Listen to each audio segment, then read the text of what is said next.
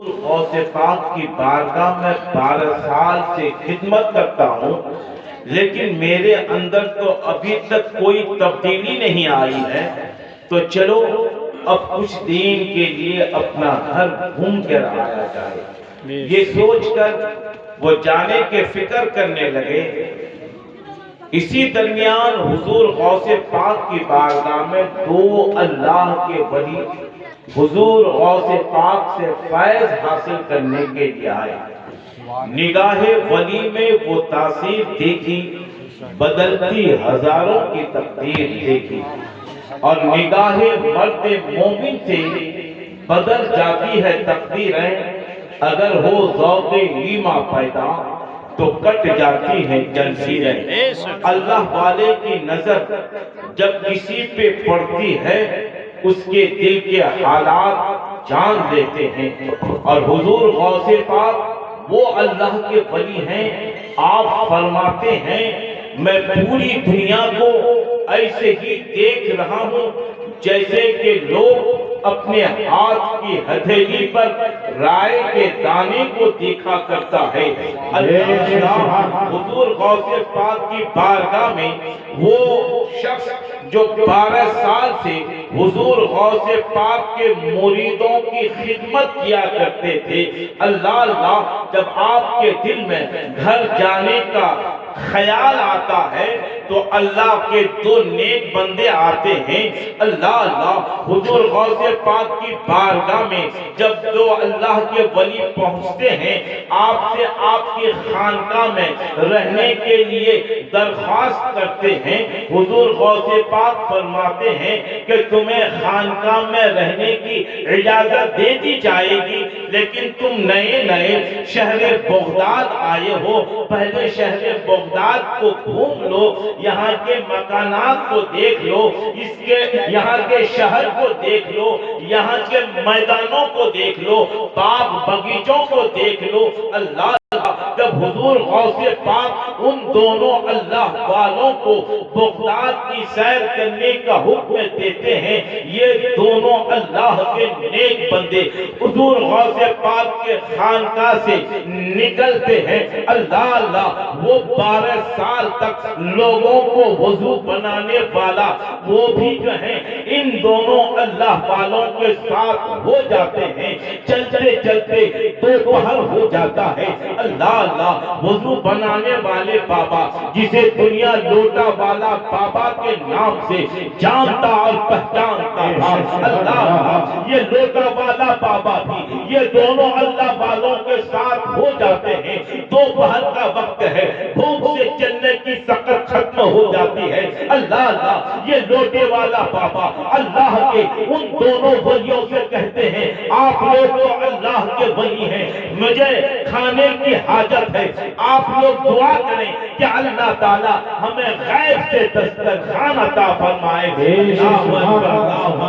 وہ دونوں اللہ والوں میں سے ایک کی عمر بڑی تھی تو چھوٹے عمر والے پیر صاحب نے کہا آپ بڑے ہیں، پہلے آپ دعا کیجئے۔ تو اللہ کے وہ نیک بندہ اللہ کے ولی رب کی بارگاہ میں دعا کرتے ہیں، اے پروردگار، اے خالق کے کائنات، ہم لوگ بھوکے ہیں، مولا تو اپنے نبی کے صدقے میں ہمیں کھانا عطا فرما۔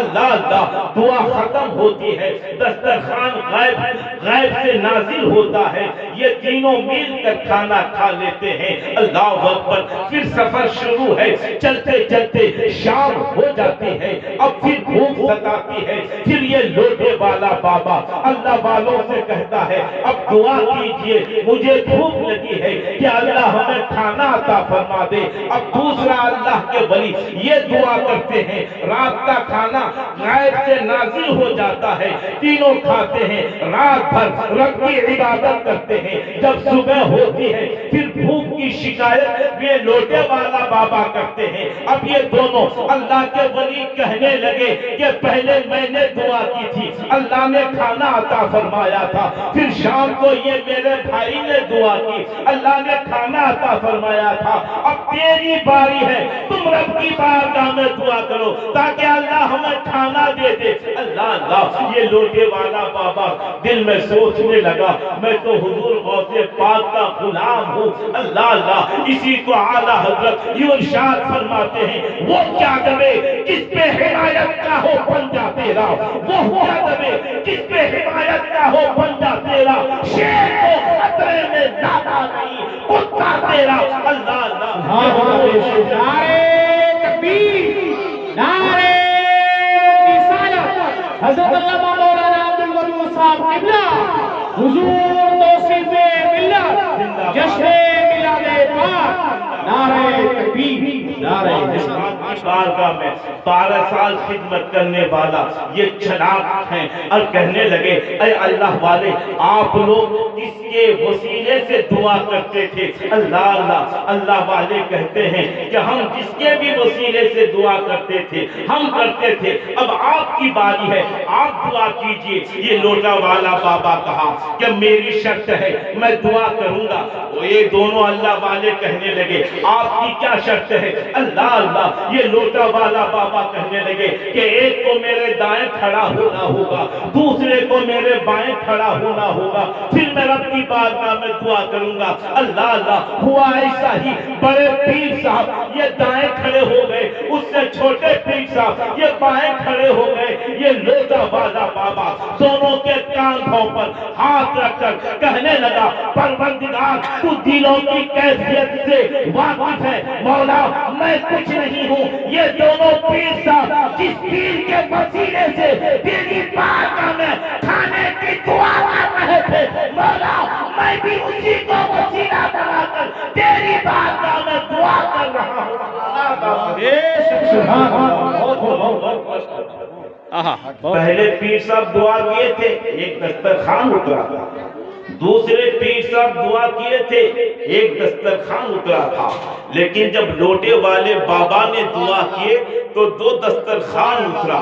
یہ دونوں پیر صاحب تعجب میں پڑ گئے اور اس لوٹے والے بابا سے کہنے لگے بابا آپ کون ہیں؟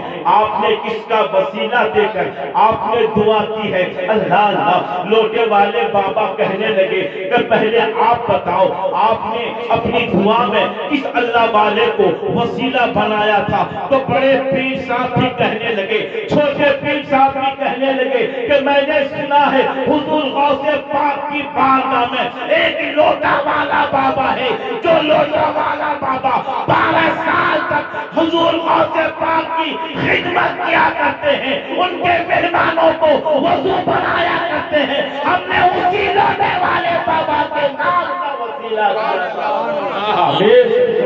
لوٹا والا بابا رونے لگے۔ اللہ اللہ، دونوں بزرگ کہنے لگے کہ آپ کیوں رو رہے ہیں؟ تو لوٹا والا بابا نے کہا کیا آپ نے لوٹا والا بابا کو دیکھا ہے؟ اللہ اللہ، یہ دونوں پیر صاحب کہنے لگے ہم نے لوٹا والا بابا کو نہیں دیکھا ہے، نہ ہم اس کو جانتے ہیں، نہ ہم اسے پہچانتے ہیں۔ اللہ اللہ، یہ لوٹا والا بابا کہنے لگے کہ آپ اس لوٹے والا بابا کا نام کا وسیلہ بنا کر رب کی بارگاہ میں دعا کیا کرتے تھے، میں وہی لوٹا والا بابا ہوں۔ وہ تاثیر دیکھی، بدلتی ہزاروں کی تقدیر دیکھی۔ تو پیارے، یہ واقعہ بتانے کا مطلب یہ ہے حضور توصیف ملت منبر نور پر تشریف فرما ہوں گے، آپ کی نظر رحمت جس پر اٹھے گی اس کی قسمت بدل جائے گی، لیکن پتہ نہیں چلے گا۔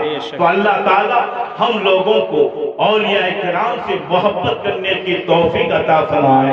آئیے آپ لیجئے، ماشاءاللہ نعرہ لگائیے، نعرہ تکبیر، نعرہ رسالت۔ آج ہمارے حاجی صاحب پہلی بار ہم پر رحم نہیں کیے ہیں بلکہ بار بار کرم کرتے ہیں۔ میرے کریم سے گر قطرہ کسی نے مانگا، دریا بہا دیے ہیں، دربے بہا دیے ہیں۔ آئیے مفتی صاحب کا